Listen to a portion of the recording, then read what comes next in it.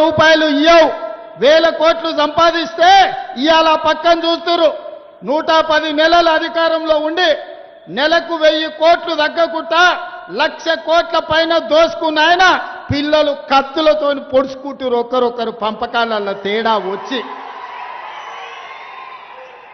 బావ బామ్మర్ది అక్క తమ్ముడు ఇంటిల్లి పాది తలా ఒదిక్కు తయారయ్యి ఎవ్వనికి వాడు బల్లాలు తీసుకొని ఈపులో ఒడుచుకునే పరిస్థితి వచ్చింది.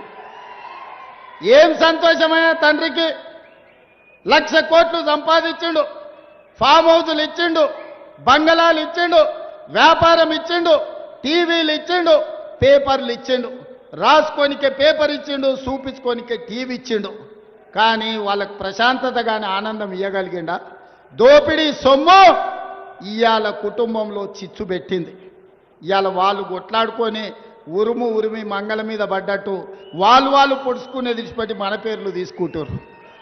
మేమేదో ఆన్లైన్ కాలు ఉన్నాం, మేమేదో ఈలైన్ కాలు ఉన్నామని. నేను ఒక మాట ఎక్కువ చెప్పదలుచుకోలే. కానీ 2023 డిసెంబర్లోనే ఆ కాల నాగును మీరు కట్టెతో కొట్టి చంపారు. ఇప్పుడు ఆ సచ్చిన పావును చంపాల్సిన అవసరం నాకుందా? బీఆర్ఎస్ అనే పామును, ఇది కాలకూట విషం ఉన్నది, ఇది ప్రజలను దోసుకునే అనకొండ అని 4 కోట్ల ప్రజలు డిసెంబర్ 3 తారీఖు నాడు బండరాయితోని మోది ఆ కాలకూట విషమున్న కాల నాగును ఆయల్లనే తెలంగాణ ప్రజలు బొందబెట్టిరు, మాడ వలగొట్టిరు.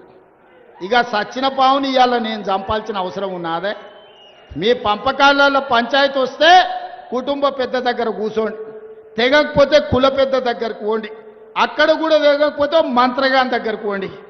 ఎందుకంటే ఏ పంచాయతీ తెగకపోతే మంత్రగాని దగ్గర పోయి కూర్చుంటారు. పోయి ఉన్న మంత్రగాన్ని చూసుకొని మీ పంచాయతీ తెంచుకోరు. అంతే తప్ప మమ్మల్ని లాగకండి. మీ కుటుంబ పంచాయతీల మాకు రేషన్ కార్డులు ఇచ్చే పని ఉంది, పేదోళ్ళకి సన్న బియ్యంతో అన్నం పెట్టే పని ఉంది, పేదవాడికి ఇందిరమ్మ ఇల్లు ఇచ్చే పని ఉంది, పేదవాడికి రైతు భరోసా 9 రోజుల్లో 9,000 కోట్లు ఇవాళ పేదోళ్ళ ఖాతాలు వేసినాం.